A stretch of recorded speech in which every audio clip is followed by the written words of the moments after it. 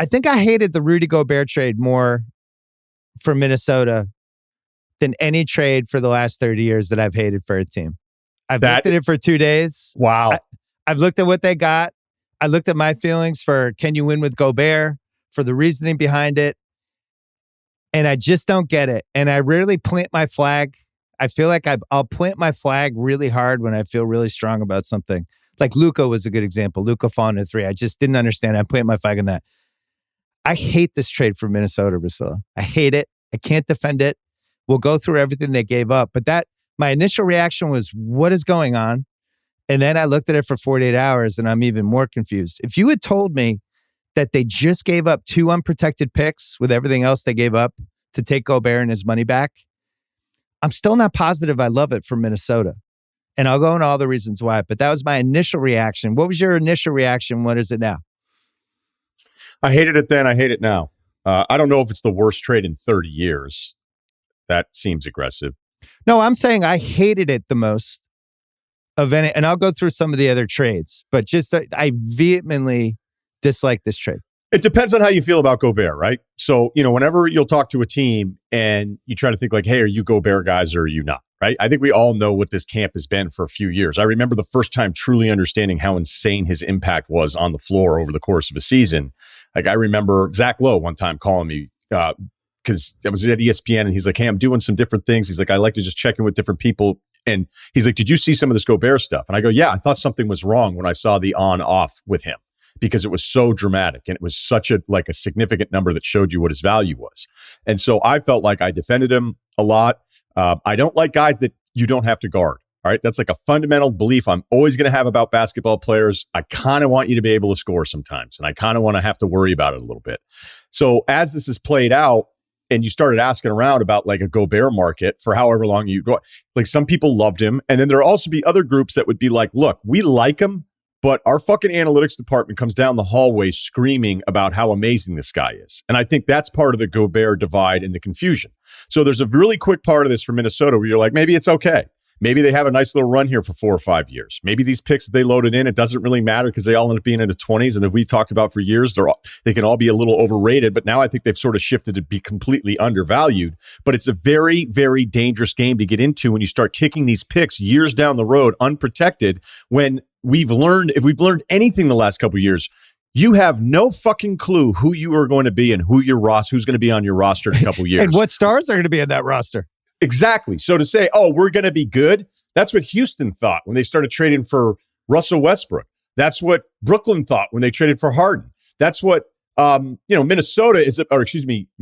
a better bet because Giannis seems to be the kind of personality that's like, I fucking love it here. Trade whatever you want for Drew Holiday.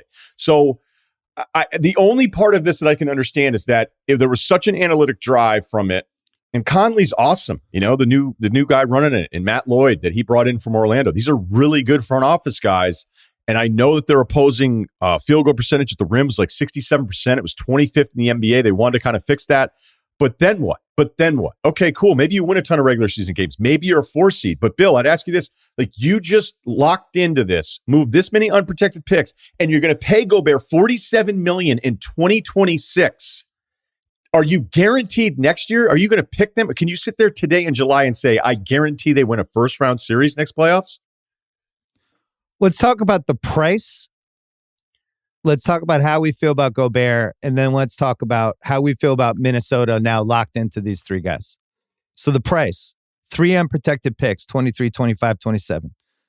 A swap, unprotected in 26. A top 5 protected pick in 29. They gave up Vanderbilt in this trade, who you and I really like. Like, I would value him if they were just trading him before the draft, could they have gotten a pick in the 20s for him? I would say, yeah. Right? I would say yes. I really like Vanderbilt. I like Vanderbilt a lot. $4 million, 4.7. Beasley and Beverly were 2 expirings that, I don't know, I feel like that Utah's probably going to be able to flip. Well, you got to trade somebody for the money. I mean, I get it. So Kessler was the 22nd pick in 2022, and Bolmaro was also a first-round pick. So 5 first and a 22 first plus Vanderbilt plus 2 good expirings. You've traded all of your trade leverage. You have no trade leverage left at all except for D'Angelo Russell, who nobody really wants anyway. That is a prohibitive insane price. Like we thought what New Orleans got for Davis, both you and I thought was too much, but we understood it from the Lakers side because now you have Davis and LeBron, you can win the title. Yeah. I don't feel that way about Minnesota. I don't feel like giving all that stuff up for Gobert and having Gobert, Towns, and Edwards, who's not even 21 years old yet. I don't think that locks you in anything. Can you make round 2? Maybe. Sure. Let's say round 2. Is that worth trading 6 first-round picks? I just don't think Gobert is worth that. I had him because he isn't my trade value list. I had him in like the 40s with his salary and with his age. This isn't a mystery. All right. The only people that be screaming listening to this right now have only looked at the numbers and said, hey, here's a number for you. 7 straight regular seasons to 7 straight playoff seasons.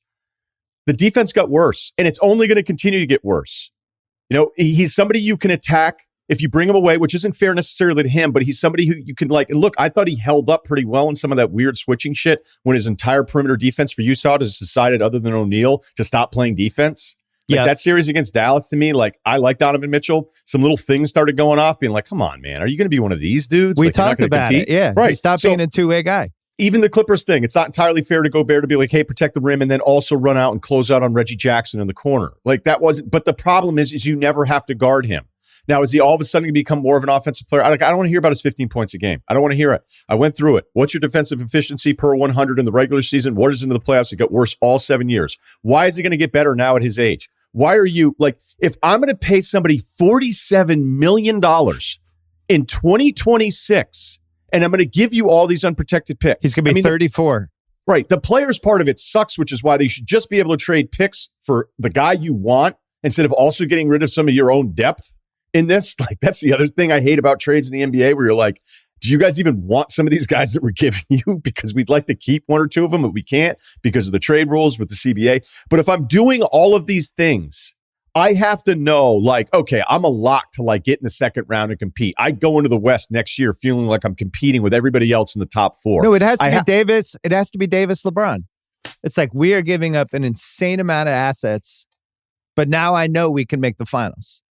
Like, to me, that's the barometer for all this stuff they gave up. I don't see any other way to think about it. Give me some examples of other trades you hated initially and still don't like it. Give me 1 second on that, because I just wanted to follow up on your Gobert stuff really quick. 30 years old. He's made the second round 3 times. Utah lost 5 of their last 6 playoff series with him. He's made 3 All-Star games. He's Defensive Player of the Year 3 times. Second team All-NBA once. Third team All-NBA 3 times. Utah was 13-21 in their last 34 playoff games.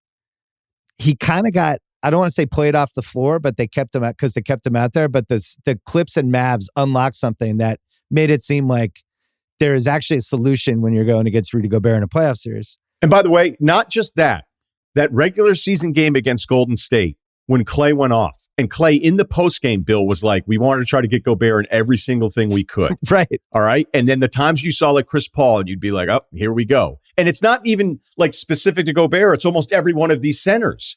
But I don't want to hear about the regular season plus minus. I don't want to hear about the assist We don't screens. care about the regular season. I just, right. Go ahead. Well, how about this? Do you care about this? Here are the centers, 30 years old and over, who made an All-NBA team that weren't like Shaq, Hakeem, Kareem, like the greatest. 2015, Gasol. 01 and 02 to Kembe. 2000-2001, David Robinson. 1989, Robert Parrish. And then we'll remove Wilt and like all the great centers ever. I just wonder how Gobert's going to age. I mean, you could argue he was probably more impactful 2 years ago than he was this last year. Because he was. Big guy. He's you're right. Taller guy. It's not an argument. He's not getting better. No Keep way. going. Well, then you think, okay, now I'm locked in to him and Towns as 2 of my 3 best guys. And my other guy is not 21 years old yet. Now, we talked about Tatum for 4 playoff rounds in a row as Tatum's play declined. And we talked about like, well, Tatum's 24. Here's the arc of these guys as they hit their mid-20s. They're always better at 27, 28, 29. Edwards, 4 years from now, is going to be 24. So for this to work, first of all, he has to ascend to become like a Michael Jordan level talent as a guard. He's got to be like a 30 points a game guy. Then you have to figure out, can Towns and Gobert play together? We already have real questions about Towns, who they just extended for even more money.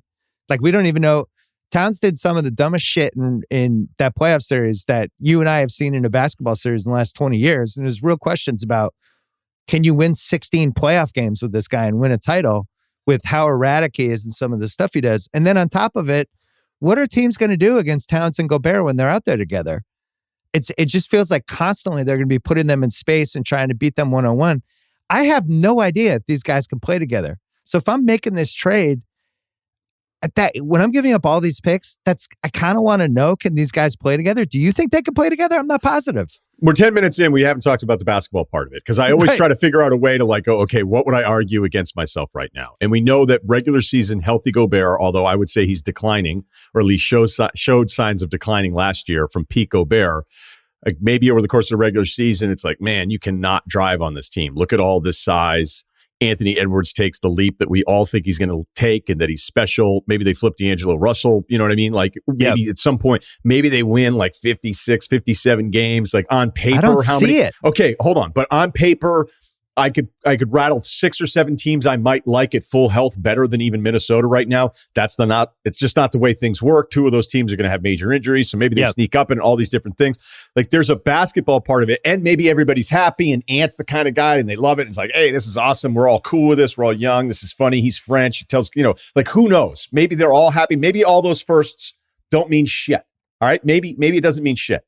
But you're absolutely right. From a playoff basketball standpoint, a league that seems to not want to have centers out there at the end of playoff games is going to be paying like $73 million for 2 of them.